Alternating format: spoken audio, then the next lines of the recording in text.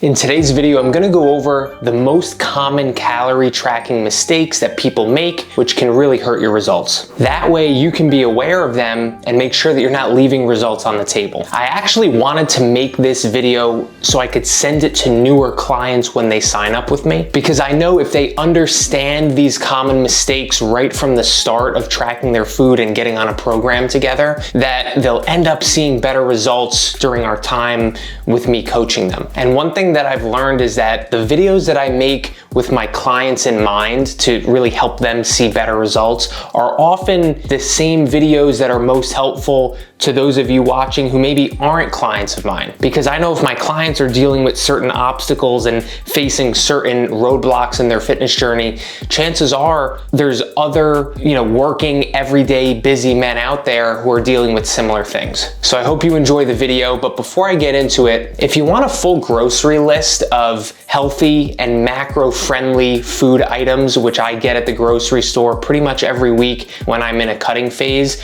you can grab that grocery list in the first link below in the description of the video. So here we go. Mistake number one is not weighing out your foods on a food scale. Now, you've probably heard this one before, and I personally was very reluctant to use a food scale when I first started tracking. I was sort of in the mindset that, if I'm tracking my food, that's gotta be enough, right? That's plenty to help me see results. I don't have to go above and beyond and use a food scale too. But knowing what I do now after competing in many men's physique competitions and coaching everyday men, hundreds of men over the years, the harsh truth about tracking your food is that if you're not using a food scale to know exactly what are the portion sizes of the foods that you're eating, if you're not doing that, you're not tracking accurately. And it's a harsh truth because it's such a bold statement, but it really is true. So you may be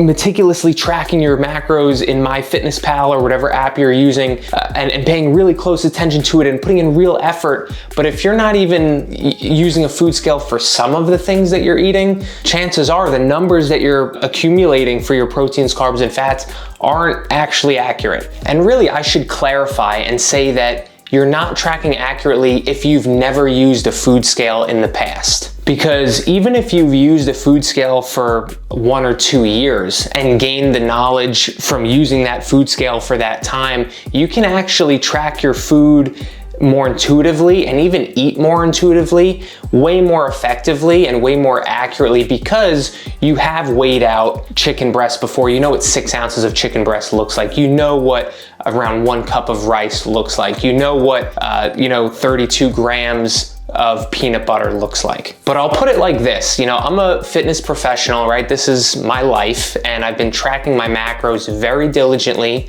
for about 7 years. And even to this day, if I'm in a phase where I wanna see the best possible results and I wanna, get my body fat percentage super, super low and get as shredded as possible, I'm using a food scale as much as I can, just because I wanna be certain that I'm eating the amount that I believe that I'm eating. And on the flip side of that, if I'm in a phase where I don't really care about seeing the best possible results, then I don't use a food scale. And I know it sounds silly to not care about seeing the best possible results, but there are phases where I'm prioritizing having a more balanced life and, not tracking my food as super diligently as I might want to in a phase where I'm trying to get as shredded as possible and, my physique is one of my top priorities. There's phases where there's other priorities that are higher than what my physique looks like, whether it's work related with my clients, whether it's maybe me and Morgan have some trips planned or something like that. And I'll say this, the biggest knock on using a food scale is that people think it's annoying, they think it takes too much time. Really, the truth is it barely takes any time at all. It maybe takes 10 seconds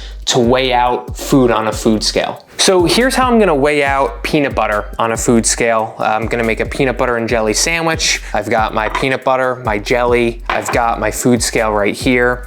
And what I'm gonna do, I've obviously got the bread on the plate. I'm gonna put it on the food scale like that before I even turn the food scale on, so it's zeroed out, right? So now I turn it on and it's completely zeroed out. So now it's only gonna track the peanut butter that I add to the bread. And for peanut butter here, I'm gonna use 1 serving of peanut butter, which is 32 grams in weight. So make sure your food scale is set to grams rather than ounces or fluid ounces or anything else. And I'm literally just gonna add the peanut butter until I get to 32 grams on the food scale. That's literally 30 grams right there. So as you can see, like that's 1 serving of peanut butter, that's 190 calories. Obviously, most people are gonna put probably double that on their peanut butter and jelly sandwich, and they're probably gonna just eyeball it and track it as 1 serving. So this is why it's important to weigh out foods on a food scale, particularly foods that are really calorie dense, because if you get it wrong, even by 50%, you're going to be accumulating hundreds of calories that are unaccounted for. And if you have a peanut butter and jelly sandwich multiple times a week, there could be 1,000 calories or more that you've eaten throughout the week that are unaccounted for. And also, without me explaining it, this takes 8 seconds to weigh out, right? I literally put it on there and it's done. So it's really not a big time commitment. Like I said, it's only maybe 10 to 20 seconds at each meal to weigh out your food. And for the upside it brings of weighing out your food and seeing the best possible results you can, it's definitely worth it. Common mistake number 2 is searching for generic options on MyFitnessPal. So what I mean by this, an example of searching for a generic option would be like if you got a deli sandwich. Let's say it had chicken breast, bacon, lettuce, cheese, and honey mustard on it, because that's one of my favorite sandwiches. What I'm noticing that most people do to track that sandwich is they'll go into MyFitnessPal and they'll search for something like chicken and bacon sandwich on a roll. And they'll select some random search result that some random person that you've never met entered in there and created. And this is almost never going to be the most accurate search result, and it's almost never going to be in line with what you actually ate. I tell my clients this all the time. The best way to track something like this, like a sandwich, is to track each ingredient separately. So you're gonna try to find the type of bread or roll that they use on the sandwich. You're gonna add that to MyFitnessPal. If it was grilled chicken, then you're gonna search for something like cooked grilled chicken and try to select a portion size that is in line with what you think was in the sandwich. Same goes for if it was a breaded chicken cutlet. You're gonna search for breaded chicken cutlet and you're gonna add that separately. You're gonna search for whatever type of cheese was in the sandwich separately and add that. And you're gonna do the same with the bacon. You're gonna search for bacon, find, however much you think was in the sandwich, 1 slice, 2 slices, and you're gonna add that. And then you're gonna do the same with the honey mustard. Probably not gonna track the lettuce. I wouldn't track the lettuce because it's probably like 2 calories and it's not even worth it. But that's gonna be the most accurate way to track a meal like that. And there's really almost no circumstances where I'm searching in MyFitnessPal for like the finished product of a meal that I ate out. Like if I went to an Italian restaurant and got lasagna or something like that, I'm pretty much never going to just search for a random lasagna that someone listed in MyFitnessPal. Mistake number 3, and man, this is a big one and an important one, is when people don't track oils, butters, and sauces. The big one here is if you use oil or butter in the pan when you're cooking, man, this can really add up quick in regards to calories and fat. Even if you just use 1 tablespoon of butter or 1 tablespoon of oil in the pan when you're cooking, and you do that 3 times a day for 3 meals, you're looking at like 400 calories worth of fat that are unaccounted for every single day. And if you are using oil or butter in the pan, you're almost certainly not just using 1 tablespoon of it. You're probably using 3, 4, 5 tablespoons to make sure that the whole pan is covered. So really, we're talking about multiple hundreds of calories a day, 500 to 1,000 calories a day possibly, just from fats, not even food, just the oils and the butters that you're cooking with almost every single day. And over the course of the week, again, that's gonna be thousands of of calories that are unaccounted for, and that is definitely something that could take you out of a calorie deficit and just by itself hurt your results and limit your weight loss. So to be clear, I'm not saying you can't use oil and butter. I'm just saying you need to track it accurately. As long as it's accounted for, you're gonna be fine. Now, the problem here is that the oils and the butters are so high in fat, right? Like I said, 1 tablespoon of olive oil is like 13 grams of fat, which is, over 100 calories.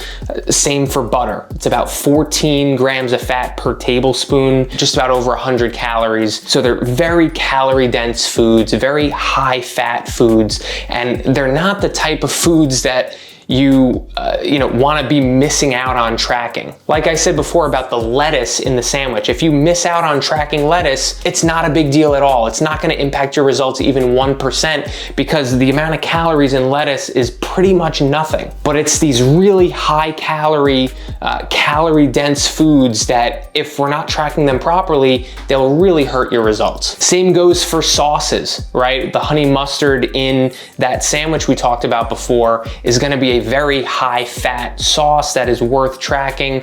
Just like if you have a salad, right? That's a healthy meal, nice clean meal that you think is really good for weight loss. So the salad itself is great, but if you're not tracking the dressing that you're putting on it, and if you're not accurately tracking how many servings of the dressing, that's where it's gonna hurt your results, because depending on the dressing you're using, maybe the salad itself is 200 calories, but the dressing is 700 or 800 calories. So butters, oils, sauces, they're not things you wanna mess around with and be very lenient with tracking. You wanna really get it right. Mistake number 4 is one that's very overlooked. People don't realize they're doing it. They have all the best of intentions most of the time, but it's when people are weighing out their food on a food scale when the food is cooked, and then they're tracking it in MyFitnessPal as raw. So there is a difference. Some people say maybe up to 20% difference in the calories and the macros of food that's cooked versus raw. So if you weigh out 6 ounces of raw chicken breast, that the calories and the macronutrients are going to be different compared to when you then cook that chicken breast and you weigh it out on a food scale as it's cooked. It's going to be different. Like I said, up to 20% difference. So if you're weighing out your food cooked, but you're tracking it as raw chicken breast or raw ground turkey, you might actually be eating 20% more food than if you were to weigh it out cooked. You might actually be eating more food than you think compared to if you were to just weigh it out raw. And the way around this is there's not one that you need to do. Like if you weigh it out cooked, you're screwed, right? That's not the way it works. All I'm saying is if you weigh out your food raw, make sure that when you track it in MyFitnessPal, it's specified that it's raw. So if you're weighing out 6 ounces of chicken breast raw, you wanna search for raw chicken breast and use that as what you enter into MyFitnessPal, and do the same if it's cooked. There's no problem with that. If you weigh out your chicken cooked, you would just search for in MyFitnessPal cooked chicken breast and select the amount of ounces or grams that you weighed it out as when it was cooked. So it's, again, very simple solution. Just make sure you're specifying in MyFitnessPal or whatever app you use that you weighed it out raw or cooked. Mistake number 5 is underestimating the macros of a meal when you go out to eat. And guys, I can't emphasize enough how important this one is as well.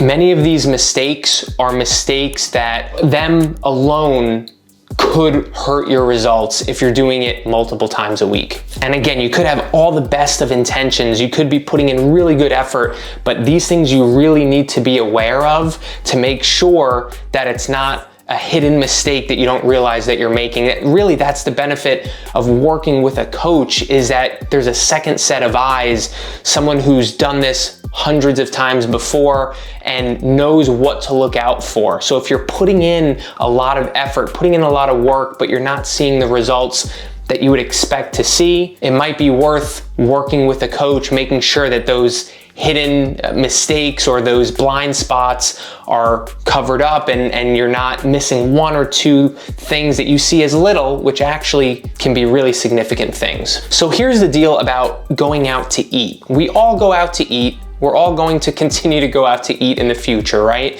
But the truth is that when you go out to eat at a restaurant or you order food out, there's generally going to be a significant amount of more fats in that meal compared to if you just made that same exact meal at home. And that's because in the restaurant, they're cooking with a ton of oils and butters and sauces to try to make this meal taste as amazing as possible. Their number one priority is that you think this meal tastes absolutely amazing, so you want to eat there again. So of course, you're gonna throw in a ton of butter, you're gonna throw in a ton of oil, it's going to taste better. Whereas if you were to make the same meal at home, you're gonna be somewhat more concerned with what the macros of this meal are, rather than making it taste as good as humanly possible. And here's an example of what I mean. If you go out to eat, maybe it's an Italian restaurant, maybe it's a bar and grill, maybe it's a steakhouse, and you order a meal of chicken breast or roasted chicken